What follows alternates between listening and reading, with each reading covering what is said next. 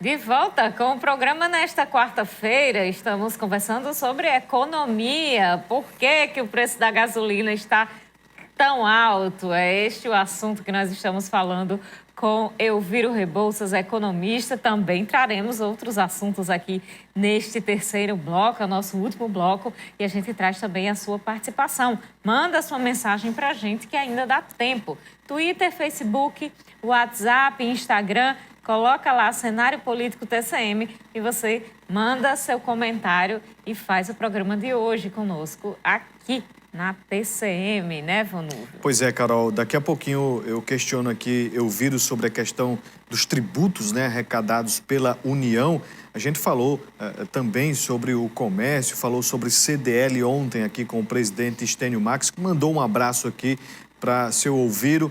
Mas, Carol, tem uma informação importante. Seu Elviro conhece muito bem aí da política nacional, falou um pouco no bloco anterior. E a gente tem observado aqui no estado do Rio Grande do Norte uma certa movimentação dos dois ministros que são potiguares. O ministro Rogério Marinho, do Desenvolvimento Regional, e o ministro Fábio Faria, das Comunicações. Os dois, eles pretendem concorrer próximo ano uma vaga ao cargo de senador da República. No entanto, existe uma certa preferência do presidente Bolsonaro por Rogério Marinho. E o que se comenta em Brasília, Carol, é que Fábio Faria poderá figurar em 2022 como candidato a vice-presidente no lugar de Mourão. Veja só como é que está aí essa questão. Se a gente for colocar ali na balança, o nome de Fábio Faria tem um certo peso, porque é genro de Silvio Santos, dono de uma das maiores empresas de comunicação do Brasil. E se isso for definitivo para a escolha dele como vice-presidente da República, aí ele pode dizer que tem uma carta na manga para isso. No entanto, é preciso haver ali uma articulação entre o presidente, outros partidos, como os que compõem o Centrão, porque não vai ser fácil, vai ser um nome que vai ser bastante disputado, porque o presidente Bolsonaro, apesar dos índices nas pesquisas estar bem abaixo do outro que polariza aí essa disputa, que é o ex-presidente Lula, ele tem sim chances reais de reeleição. E aí, Carol Ribeiro, será que o Fábio Faria vai emplacar como vice-presidente? Se vai emplacar, a gente não sabe, mas ele está trabalhando muito para isso, para uma indicação e que seja para um cargo muito bom e muito elevado, essa indicação vinda aí do presidente da República. Ele tem trabalhado muito nas articulações para a implantação do 5G aqui no Brasil, tem negociado muito para o leilão, tem aberto o leque para empresas participantes no leilão, tem realizado conversas com os Estados Unidos, empresas americanas, para facilitar, para conseguir a implementação do 5G aqui no Brasil. Esta é a principal política de Fábio Faria, administrativamente falando, mas que tem aí um viés político nesta relação dele com o presidente Jair Bolsonaro. Além disso, politicamente falando, ele tem mostrado-se fiel ao presidente Jair Bolsonaro, com declarações em defesa do presidente Jair Bolsonaro nas redes sociais e em seus discursos. A gente não pode esquecer o discurso dele, que foi muito marcante, que repercutiu nacionalmente quando o presidente Jair Bolsonaro esteve aqui no Rio Grande do Norte no mês passado, ali em Pau dos Ferros, o ministro Fábio Faria, inclusive, levantou um coro de Fátima Bezerra mentirosa, entre aspas aí, que foi a fala de quem estava lá, do apoiador, dos apoiadores do presidente Jair Bolsonaro e do ministro Fábio Faria. O ministro Fábio Faria citou Fátima Bezerra como governadora cara de pau. Ele disse, Vanúvio, que o auxílio emergencial, segundo Fátima, foi pago por ela,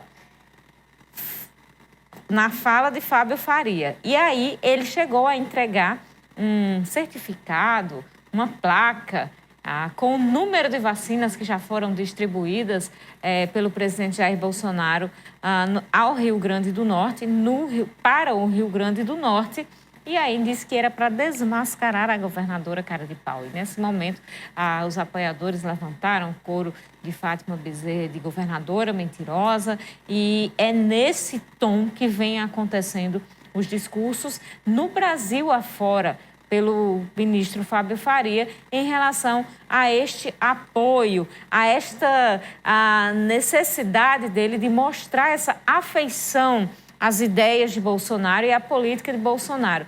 É todo o viés que ele vem traçando aí, desde antes de ser indicado ao ministério, para conseguir essa simpatia, não sei se para o cargo do vice-presidente, mas que já vem sendo muito falado, onde tem fumaça a fogo, é porque isso está rolando, sim, nos bastidores. Pois é, Carol. E a gente volta aqui à nossa conversa com Elviro Rebouças, economista. A União arrecadou, seu Elviro, 139 bilhões de reais. Então, quase aí um valor de 138 bilhões de reais no mês passado, de acordo com dados divulgados pela Receita Federal. Na comparação com junho do ano passado, houve um crescimento de 46,77%, descontada a inflação em valores corrigidos pelo IPCA. Quando a gente fala de recuperação econômica, a gente, obviamente, faz uma ligação com a arrecadação de tributos. A que se deve esse valor tão elevado, que inclusive aí, quando a gente fala na série histórica, é o segundo maior valor arrecadado para o mês de junho desde 95. Manu, realmente eu quero agradecer a Estênio e a outros amigos que estão me mandando pelo WhatsApp mensagem aqui pela entrevista que nós estamos tendo o prazer de dar à TCM, convidado que eu fui. O que eu posso dizer é o seguinte: realmente essa notícia foi divulgada hoje pela Receita Federal. Em 2021, o primeiro semestre, ou seja, de 1º de janeiro a 30 de junho, a Receita Federal arrecadou 881 bilhões 990 milhões de reais, um avanço de 24,50% em relação ao mesmo período anterior. Você tem que considerar que o período anterior é de janeiro a junho de 2020, quando nós estávamos, a partir de março, em plena pandemia. Março, abril, maio e junho passado. Então, de janeiro a junho desse ano, houve um crescimento de 24,50%. 24,50%. O próprio fisco é a maior arrecadação para o semestre na série histórica desde o ano 2000. Há 21 anos que não havia uma arrecadação tão forte. Obviamente, a inflação descontada com relação a isso. Quando começa o registro do órgão. Para o governo, o bom desempenho da arrecadação demonstra a recuperação da economia do Brasil no pós-pandemia, e é isso que vai possibilitar parte da reforma tributária enviada pelo presidente Bolsonaro ao Congresso Nacional. A proposta de reformulação do imposto de renda, que prevê redução das alíquotas do tributo cobrado das empresas, a ampliação da faixa de isenção das pessoas físicas também no imposto de renda, poderá reduzir a arrecadação. O objetivo do governo, por outro lado, é que seja compensado pelo bom desempenho da arrecadação que vem sendo registrado em 2021. Para o Ministério da Economia, o resultado é positivo da arrecadação, é estrutural e decorrente da melhora da atividade econômica. Realmente, aqui diz, na notícia que eu tenho, que só no mês de junho, que foi o mês passado, o fisco arrecadou, você confere com sua informação, 137 bilhões, 160 milhões de reais, um aumento real de 46,77% na comparação com o mesmo período do ano 2020. Ou seja, só o mês de junho houve um crescimento de 46,77%. É o segundo melhor resultado para o mês, só ficando atrás do registrado em 2011. Fazia 10 anos que não havia uma arrecadação como essa. A própria Receita, o desempenho do primeiro semestre é explicado por fatores não recorrentes, entre eles os recolhimentos extraordinários de cerca de 20 bilhões do imposto de renda de pessoa jurídica, a contribuição social sobre o lucro líquido das empresas. No mesmo período do ano anterior, esses recolhimentos extraordinários somaram 2 bilhões e 800 milhões de reais. É o que nós estamos dizendo. Há um crescimento econômico em relação ao ano passado e em relação à pré-pandemia. Entretanto, é um crescimento ainda, digamos assim, tênue. Deveremos crescer 5%, 4,5%, 5% esse ano em relação ao ano de 2020, mas no ano de 2020 temos que considerar que foi um ano atípico. Uma pandemia, a própria palavra já diz, é uma mesma virose circundando o mundo, o planeta todo. E o Brasil não ficou fora disso. Nós temos 19 milhões e 800 mil infectados, com 546 mil mortos. 546 mil pessoas perderam a vida no Brasil em função da pandemia. Mas as perspectivas para o ano 2021 são positivas. Aqui no Nordeste, nós gostamos e necessitamos muito do inverno, problema hídrico para abastecer a água para as pessoas, para as plantações, para a lavoura. Nós estamos em pleno semiárido, nós precisamos de chuva. E o ano de 2020 foi um ano abundante, mas 2021 deixou a desejar com relação às chuvas. E isso tem prejudicado a nossa agricultura de sequeiro, tem prejudicado as cadeias produtivas que dependem da água. Os nossos reservatórios, alguns deles poderão secar. Temos boa reserva d'água no Armando Gonçalves, Ribeiro Gonçalves de Açu,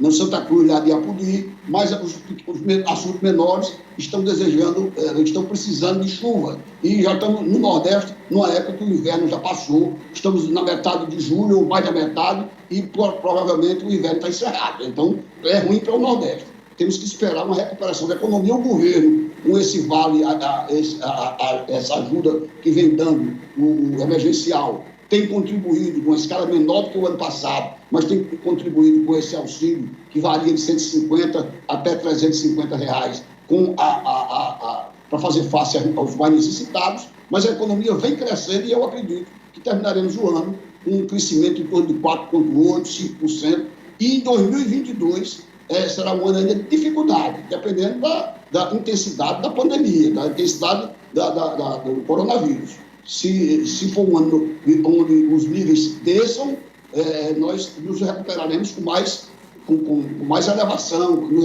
recuperaremos com mais gáudio. Entretanto, se isso não acontecer, vai ficar para 2023 a recuperação da economia nacional. Mas que ela foi dessangrada por essa doença que infesta e infelicita o planeta, isso não há a menor dúvida. Essa recuperação da economia que o senhor cita inclui também a redução da inflação e uma baixa no preço de produtos como a alimentação? A alimentação está cara e, inclusive, a previsão do governo federal é que nós teríamos uma inflação esse ano em torno de entre 4,5% a 6%, e hoje a própria Fundação Getúlio Vargas, a qual eu sou ligado através do IBRE, Instituto Brasileiro de Economia. Eu fiz meu estudo de mestrado na Fundação Getúlio Vargas e contribuo com trabalhos e recebo trabalho da Fundação Getúlio Vargas através do Instituto Brasileiro de Economia.